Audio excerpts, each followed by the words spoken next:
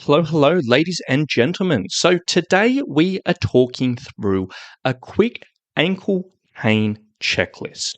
And what I mean by that is I'm going to be talking you through a number of things pretty briefly and a number of areas that can be really beneficial for a hiker to work on and to consider if they struggle with ankle pain or regular ankle sprains.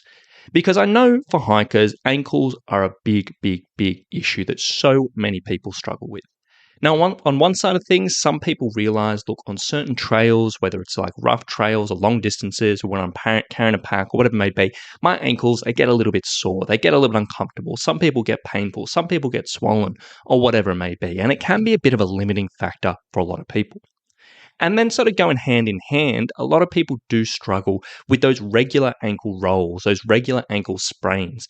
And it's a really common thing for someone to, have had this history of ankle sprains in their life, and they've gotten to this stage where their ankles just feel unstable all the time, and they step on a rock and they just go over on it. And it happens on a regular basis. Some people, this will lead to really uncomfortable sprains where you swell up, you get really uncomfortable, whatever it may be.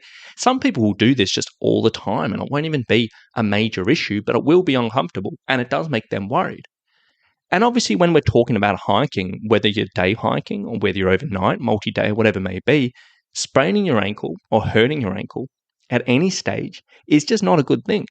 Because it's not a day hike, you're going to have to limp out and it's going to suck. If you're on an overnight hike, it might end up being getting a rescue and evacuation. Or the same thing for a multi-day hike.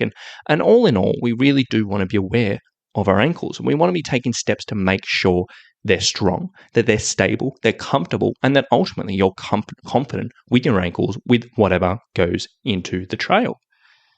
But for a lot of hikers that I talk to who do struggle with ankle pain or ankle sprains, sometimes their approach to getting on top of this leaves a little bit to be desired. And quite often they'll be sort of getting recommendation about one thing. And they've been told, whether it's from a health professional, for a friend, or whatever it may be, that they should be doing this one key thing to help their ankles. So typically this might end up being like, a little bit of strengthening on the ankles and like just doing calf raises. Do these, it'll sort you out. Or just doing exercises with bands. Do these and that'll sort you out. For some people, it might just be balance, and they might be told, look, you need to work on your balance, and that will fix you. For some people, it might be a change in footwear, and some people are like really adamant that you should be wearing no-drop shoes, or you should be wearing high-top boots, or whatever it is. A lot of people fall into this trap that they just focus on one thing. And I'll tell you right now, it's very rare that one thing is going to be the savior, the solution to your ankle problems. Because there are a number of factors that goes into helping support your ankles. Just like with any other pain, it's very rare that there's one thing. So today I want to talk you through a quick checklist of different areas to consider if you do struggle with ankle pain or ankle sprains. So if you struggle with this, you can kind of say, you know what, am I doing each of these things? And if not, maybe I know where to put a little bit of attention to in order to see the change that I want. So it's not going to be going into a huge amount of detail on each of these points, but I want to run through it relatively quickly so there can be a little bit of a reminder for people. So to start with, let's talk about strength, which I briefly mentioned before. Now, strength, in regards to any type of pain or injury prevention, is a very important thing. Now, when we're talking about ankle pain specifically, there's two types of strength we want to be considering. Direct strength through the ankles and general strength through the legs. Now, direct strength through the ankles is having to think about what are the different muscles, the different structures which literally support the ankles, and then taking steps to strengthen those up. So this might involve doing some calf raises, as we mentioned before, strengthening up the calves which directly support the ankles. This might involve doing some banded work with your ankles and going from side to side, up and down, and strengthening up all the little structures there. This might involve doing a little bit of work on your feet and strengthening up the muscles in your feet, or whatever it is. And all these things connect to the ankles and help support them. So that's one thing you should be considering. Now, number two, we also want to be considering general strength through the legs. Because if we can strengthen up the muscles further up the chain, we can strengthen up the hamstrings, the quads, the glutes, get them feeling more strong, get them feeling more stable. That can in turn help support the ankles because they will do their job. They won't fall so much out of place and the ankles won't have to take too much of the load. So If you struggle with ankle pain or ankle sprains, those are two things you want to be considering: direct strength and general strength. And if you're not already doing each of those things and you struggle with these issues, well, one thing to put on your list. Now, number 2 is mobility. And this won't fall into everyone, but it will fall into a lot of people. Now, mobility, range of motion through the ankles is important if you are not hypermobile. And I'll sort of say that really clear. So if you feel like your ankles are quite tight, quite restricted, probably spending a bit of time loosening them up, doing some stretching, doing some rolling, it's probably going to be beneficial.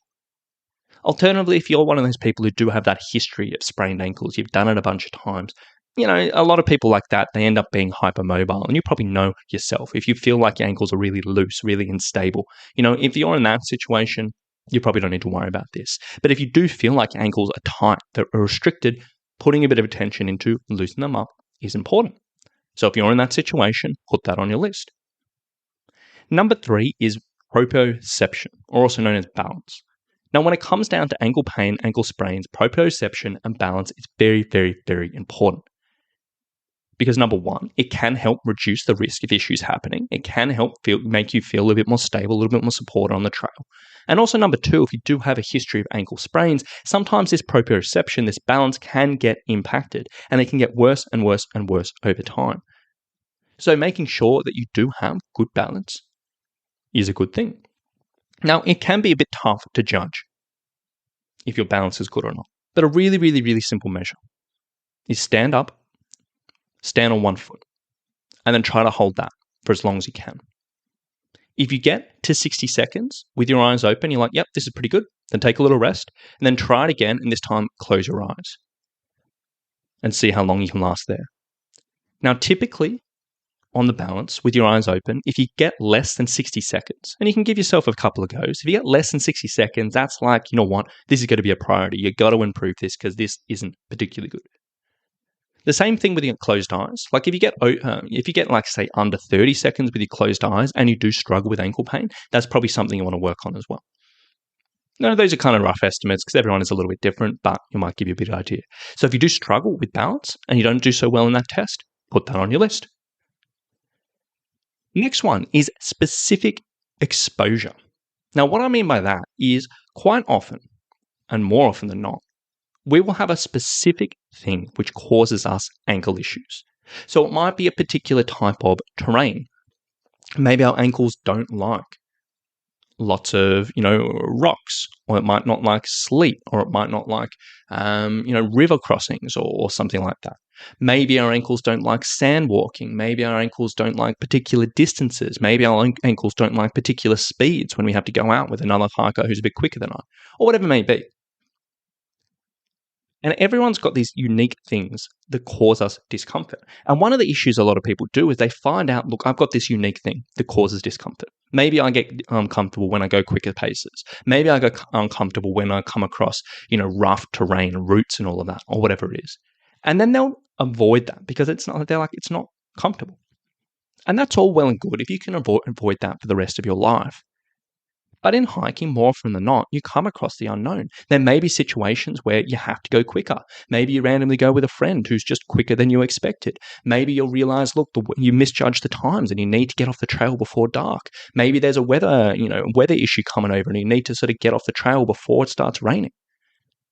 Or maybe you haven't read the track notes right, or maybe the track notes are incorrect and you come across all of this really rough terrain, or whatever it may be. And if you haven't prepared your body for that, it can lead into issues and it can lead to pain because you've been avoiding it. You haven't given the body exposure to it. So if you have particular triggers for your ankle pain, it's a good idea to seek those things out and not just throw yourself in the deep end and go do a massive hike as quick as you can or something like that. But give yourself exposure in small measures to these particular things. So if you struggle with speed, doing some quick walking around the neighborhood, slowly building that up and getting the body exposure to that.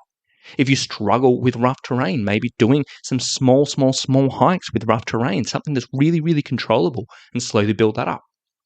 Or whatever it is.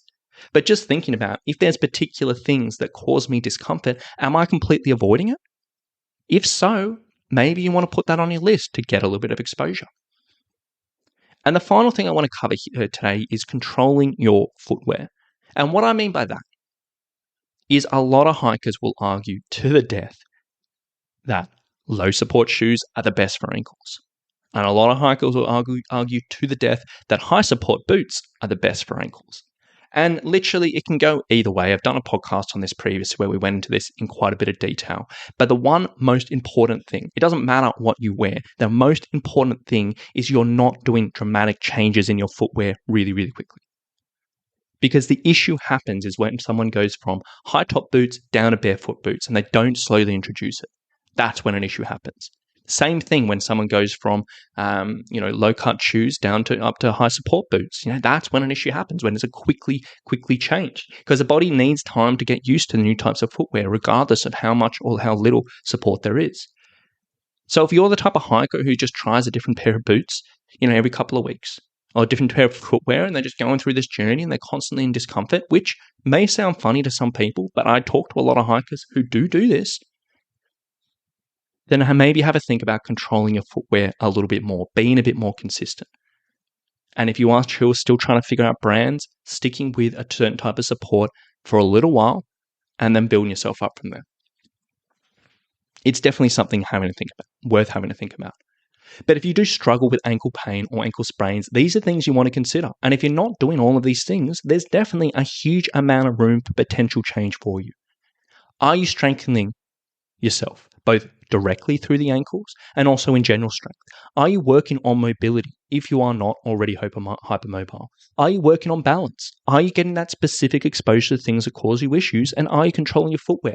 If you said no to any of those things and you do struggle with ankle pain or ankle sprains, well, you know what? They are really, really good areas to consider and potentially work on. And if you do, it can make a really, really big difference. So hopefully that gives a few people a little bit of an eye-opener, because ankle pain, ankle sprains, it's such a common thing for hikers, but it is so possible to make a change here. And if you did struggle with ankle pain, you've listened to this episode and you're like, you know what, this makes sense. But in all honesty, I don't know how to apply this. I don't know how to go about the strengthening. I don't know how to go about balance training. I don't know, what I should be doing here. If you do struggle with this and you do want help, then I have something for you. Now, this week, I am looking for 5 hikers who struggle with ankle pain or ankle sprains on the trail. Specifically, I'm looking for hikers who want to make a significant change to this over the next 12 weeks so they can step out on the trail, feel comfortable and confident with their ankles, and be able to properly enjoy their adventures. Now, if that sounds like you and you want to learn a little bit more about how we can potentially help you, your hiking and your ankles, then please go to summitstrength.com.au/apply. Now, on that page, you can find a time to book in a call with us. From there, we can have a bit of a chat, really explore your situation, and just see if and how we may be able to help you and whether one of our programs may be a good fit for you. Absolutely no pressure on the call. It's completely free. It's just an exploration of your situation. But if you do struggle with this and you want to learn more, then go to summitstrength.com.au/apply and we can have a chat from there. So that's enough from me today, guys. I hope you've enjoyed it. I hope you got a bit out of it, and we'll talk to you soon. Bye.